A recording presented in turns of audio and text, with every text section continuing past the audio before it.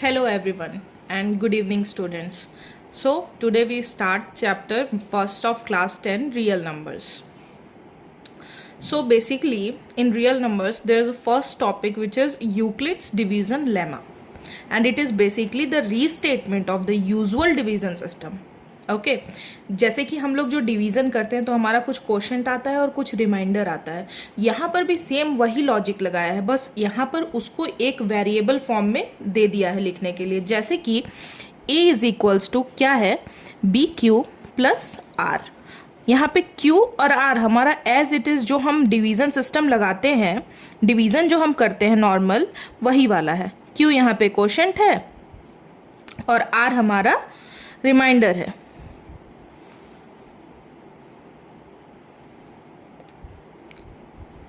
So when ever like हम लोग अगर 25 या 27 ले लेते हैं एग्जाम्पल के तौर पे और 5 से अगर हम इसको डिवाइड करते हैं तो हम 25 से करेंगे 5 टाइम्स में, यहाँ हमारा 2 रिमाइंडर आ जाएगा। तो अगर हमें इसे रिप्रेजेंट करना होगा तो हम कैसे करेंगे, लाइक 27 ए की जगह आ जाएगा और बी की जगह हम लिख देंगे 5 और 5 में हम किसका मल्टीप्लाई करेंगे, 5 का। ओके क्योंकि ये क्वोशंट है और हमारा रिमाइंडर कितना आया है 2, तो उसे हम ऐड कर देंगे। And one more thing, this is very important, क्योंकि जो हमारा रिमाइंडर होता है वो हमेशा b से कम होता है और 0 से अधिक होता है। हर हाल में अगर 0 हो जाएगा तो फिर वो रिमाइंडर रह नहीं गया और माइनस में तो आएगा नहीं। ठीक है, तो जो b है यानी कि ये नंबर, यानी कि जिससे हम डिवाइड कर रहे हैं b यानी कि ये, तो इससे हमेशा जो है हमारा रिमाइंडर अधिक रहेगा। ठीक है, सो लाइक यहाँ पे जो b है हमारा वो ये है, यानी कि इसको हम क्या बोलते हैं, डिवाइज़र। जो डिवाइज़र होता है इसका और रिमाइंडर का बहुत अच्छा रिलेशन होता है। जो डिवाइज़र होता है इससे जो हमारा रिमाइंडर आएगा वो हमेशा छोटा होना चाहिए, इसीलिए हमारा जो r है वो b से छोटा है और 0 से बड़ा है। ठीक है, इतनी चीज़ समझ आ गई। यहाँ पर हम q और r को 0 भी लिख सकते हैं। r रिमाइंडर ऑब्वियसली 0 हो सकता है और q भी कभी कभी 0 हो सकता है। और यहाँ पे जो a है वो हमारा डिविडेंट है और b हमारा डिवाइज़र है, q क्वोशंट है, r रिमाइंडर है। तो इससे आप एक प्रॉपर रिलेशन बना सकते हैं, जिसे आप लिख सकते हैं dividend is equals to divisor into quotient plus remainder. So ये बेसिकली हमारा यूक्लिड्स डिवीज़न लेमा था। ओके, यूक्लिड्स डिवीज़न लेमा के बाद हमारे पास बहुत सारे टाइप के नंबर्स होते हैं।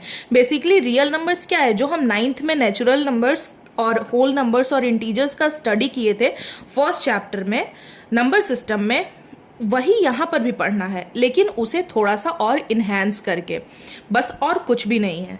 जैसे कि आप सब जब बचपन से स्टडी स्टार्ट करते हो तो सबसे पहले पेरेंट्स क्या सिखाते हैं आपको, नेचुरल नंबर्स के बारे में, जिसे कि हम बड़े होके जानते हैं कि वो नेचुरल नंबर है। और छोटे पर हम क्या समझते हैं कि वो काउंटिंग नंबर्स है, लाइक 1 2 3 4 ऐसे we are studying from childhood, और इसे हम क्या बोलते हैं, काउंटिंग नंबर्स। लेकिन हम जैसे जैसे ग्रोन अप करते हैं और बड़े होते हैं तो हमें पता चलता है कि यही तो नेचुरल नंबर्स है।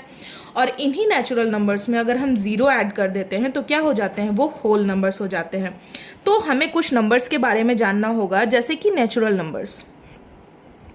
नेचुरल नंबर्स बेसिकली वही नंबर्स हैं जो हम बचपन से काउंटिंग नंबर्स के तौर पे लेते हैं, जैसे कि 1 2 3 4 एंड सो ऑन। और होल नंबर्स क्या है, होल नंबर्स हमारे हैं, इन्हीं के बीच में अगर हम 0 ऐड कर दें तो ये हमारे होल नंबर्स हो जाएंगे।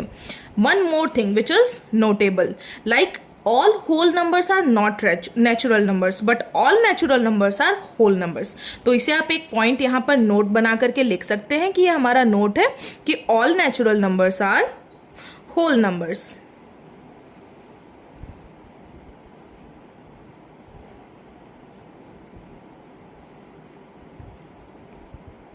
Got it?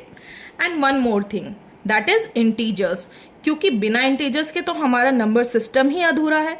और इंटीजर्स मतलब सारे रेशनल और इरेशनल नंबर, जिसका कि अभी हम आगे डिस्कशन करेंगे। और रेशनल और इरेशनल नंबर्स भी अभी आपको बताते हैं। सबसे पहले आपको इंटीजर्स क्या होते हैं हम बचपन से जानते हैं, मीन्स कि after class 6 we all study that number system, number line, integers, अगर हम नंबर लाइन पे कोई भी नंबर रिप्रेजेंट कर रहे हैं तो वो सारे हमारे इंटीजर्स होते हैं। लाइक अगर ये हमारा नंबर लाइन है और ये हमारा 0 है और ये निगेटिव साइड होता है और ये पॉजिटिव साइड होता है।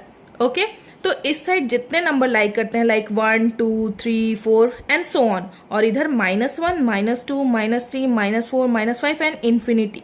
From -infinity to +infinity all numbers are integers. Okay, all negative and non-negative numbers including 0 all together known as integers. इन्हें हम क्या बोलते हैं? integers बोलते हैं। ओके, अगर मैं आपको इसको एक वेन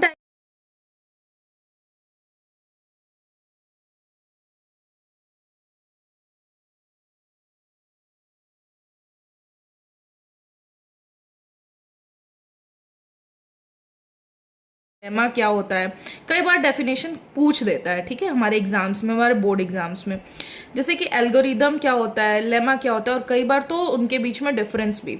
लाइक एल्गोरिदम क्या होता है? An algorithm gives us some definite step to solve a particular type of problem in a well defined manner. हमें वो एक स्टेप सिखाता है कि इसी वे में आपको ये चीज़ करना है।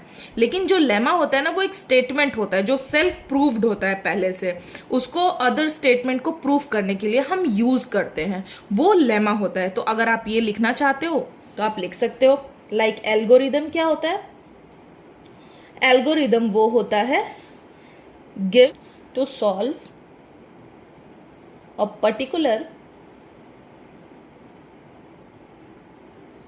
Type of problem in a well defined manner. जैसे कि अभी हमने यूक्लिड्स का एल्गोरिदम पढ़ा, उन्होंने क्या बताया? एक डिवीजन को ही, जो प्रॉपर हमारा डिवीजन होता है उसी को एक एल्गोरिदम के फॉर्म में बोल दिया कि इसी वे में हम आगे एक वेल डिफाइंड मैनर दे दिया कि a is to B Q plus R होता है, हमको आगे इसी वे में सारे प्रॉब्लम्स को सॉल्व करना है। तो ये हमारा एल्गोरिदम हो गया। अब हमारा लेमा क्या होता है? लेमा मतलब कि कोई स्टेटमेंट अदर स्टेटमेंट्स।